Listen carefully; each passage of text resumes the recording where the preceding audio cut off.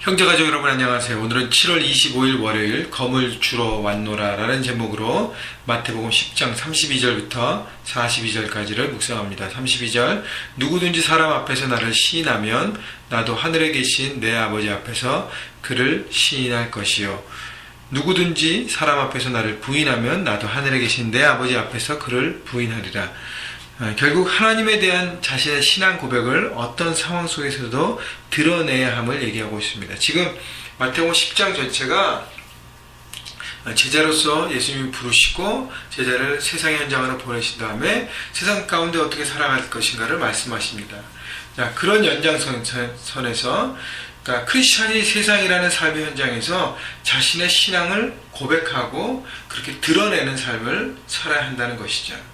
그러니까 편하기 위해 아닌 척하고 조용히 숨어 사는 것은 크리스찬으로서의 비겁한 모습이라고 말씀하십니다. 그래서 너가 세상에서 나를 부인하면 나도 너를 모른다고 할 것이다 라고 얘기하는 것이죠. 그러니까 입술로만 하나님 앞에서 저는 하나님의 사람입니다.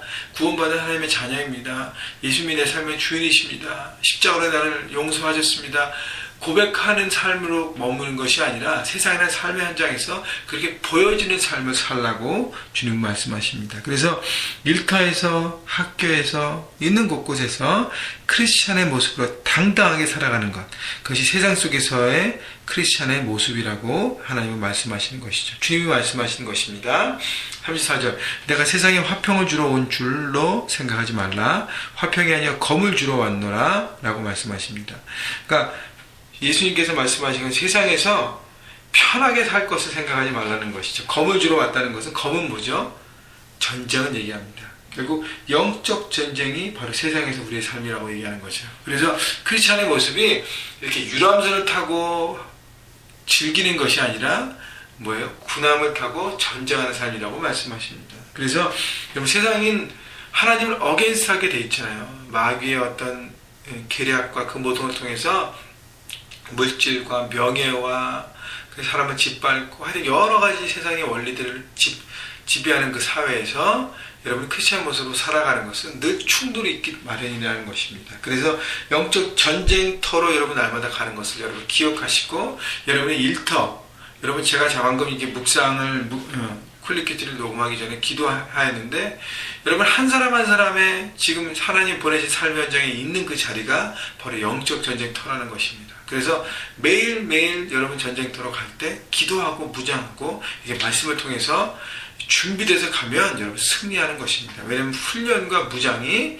전쟁에서 승리하는 키이기 때문인 것입니다. 35절 내가 온 것은 사람이 그 아버지와 딸이 어머니와 며느리가 시어머니와 불화하게 하려 함이니 사람의 원수가 자기 집안 식구리라. 아버지나 어머니를 나보다 더 사랑하는 자는 내게 합당하지 아니하고 아들이나 딸을 나보다 더 사랑하는 자도 내게 합당하지 아니하며 라고 했습니다. 자, 예수님을 주인으로 모신 삶은 결국 세상의 어떤 그 물질과 세상의 기준으로 사는 삶과 충돌할 수밖에 없습니다. 그 이분은 어디서요? 가정에서도 충돌하게 되는 것이죠. 예수를 믿지 않은 친구들, 예수님이 그 삶의 중심에 없는 사람들, 여러분 우리를 이해할 수 없다는 것이죠. 그래서 충돌할 수밖에 없다는 것이에요. 그래서 여러분 충돌을 피하기 위해서 타협하면 안 된다는 것이죠. 충돌을 피하면 안 돼요. 충돌은 할 수밖에 없습니다. 그러나 그 안에서 담대하게 하나님을 우선순위로 믿음으로 살아가는 것이죠. 자, 그래서 여러분 가족을 인간적으로는 존경하십시오. 여러분 부모님은 존경하고 아들, 딸을 잘 키우고 그러나 나 하나님보다 거기에도 앞서가면 문제가 되는 것이 그러면 타협할 수밖에 없습니다. 여러분 그래서 신앙의 문제에 있어서는 절대 타협이 안 된다는 걸 아시고 여러분 가족보다 하나님을 더 바라보는 것. 여러분 그렇다고 해서 여러분 늘 얘기하지만 가족은 내 편이지고 하나님만 바라본다는 의미가 아니라 하나님의 삶을 우선순위에 두면 나머지는 질서 안에서 잡혀가는 것입니다.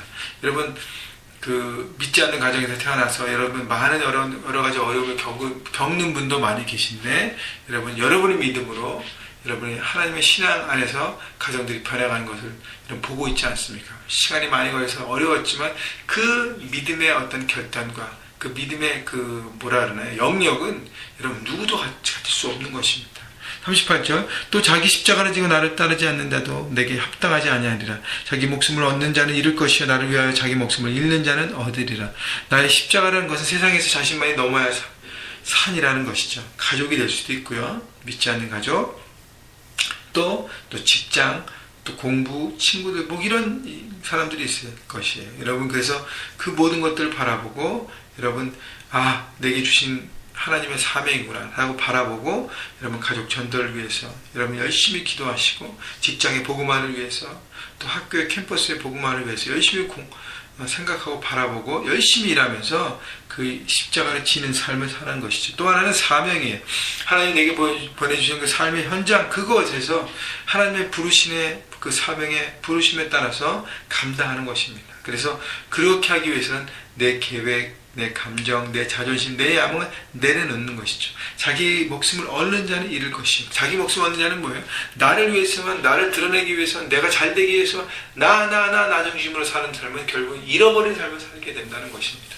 나를 내려놓고 주님은 내 삶의 주인으로 모시면 삶이 질서 있게 되기 때문에 하나님 안에 거하는 풍성한 삶을 살게 되는 것을 여러분 잊지 마십시오.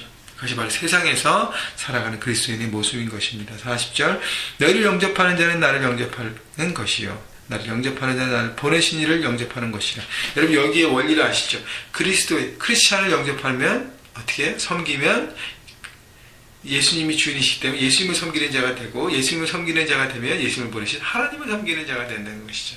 여러분 우리 모두는 하나님의 자녀입니다. 우리가 서로를 섬기고 서로를 인정하고 서로를 받아들이고 서로를 위해서 애쓰면 그것이 바로 우리의 주님이신 예수님 또 우리 예수님을 보내신 하나님을 섬기고 사랑하는 삶을 우리가 살아가는 것입니다.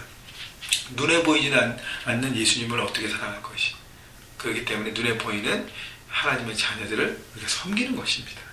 41절 선지자의 이름으로 선지자를 영접하는 자는 선지자의 상을 받을 것이요 의인의 이름으로 의인을 영접하는 자는 의인의 상을 받을 것이요. 여기서 말하는 선지자라는 사역자를 의미하는 것 같아요. 목회자, 사역자.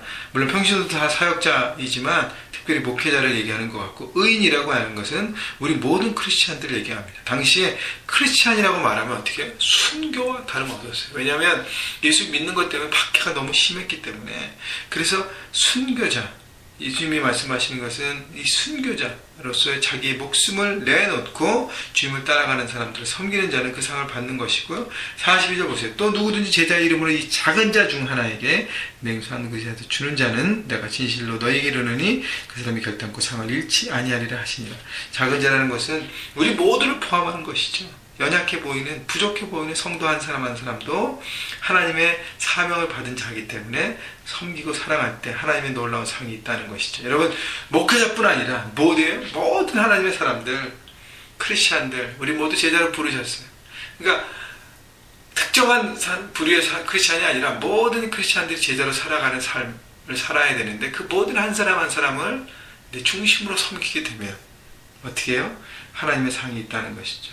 여러분 세상 가운데 크리스찬들이 목숨 내놓고 많이 어렵습니다. 그때 서로를 인정하고 바라보고 섬길 때 어떻게 해요? 하나님께서 그 안에 기뻐함을 주신다고 우리에게 말씀하시는 것입니다. 여러분 여기서 냉수한 그릇이라는 것은 뭐예요? 내가 할 수 있는 가장 최소 단위를 얘기합니다. 여러분 냉수한 그릇 물 한 잔은 줄 수 있잖아요. 그죠? 그 얘기는 뭐냐면 그 가장 작은 것이라도 주면 하나님이 기뻐하시는 삶을 사는 것이죠. 그렇기 때문에 내 것을 나누는 삶을 살아야 하는 것입니다. 나누는 삶, 섬기는 삶. 그래서 내 것을 나눌 때 중심은 뭐예요? 내 마음입니다. 그래서 목회자를 섬기고 집사님들을 섬기고 성도들을 섬기고 청년들을 섬기고 우리 2세들을 섬기고 모든 하나님의 사람들에게 섬기고 기쁨으로 나갈 때 어떻게 해요? 하나님의 기뻐하심이 있다는 것입니다. 여러분 그래서 서로 위로하고 서로 섬기고 서로 자기 것을 나누는 그런 따뜻함이 우리 형제교회 안에 있는데 그것이 더 풍성했으면 좋겠어요. 그래서 내가 좋은 것을 얻었을 때 뭔가를 가졌을 때 뭔가를 해냈을 때 뭔가를 만들었을 때 우리 형제님, 우리 자매님, 우리 집사님 이것이 나님은 얼마나 기쁠까 하고 섬기면서 나눌 때 그들이 얼마나 하나님의 위로를 받는지 모릅니다. 여러분 그렇게 아시고 우리 서로를 위해서 기도하시고 바라보시고 정말 이런 세상에 나는 삶의 현장에 우리를 부르셨는데 보내셨는데 쉽지 않잖아요. 그죠? 우리 검을 주셨다 그랬잖아요. 전쟁 가운데 있잖아요.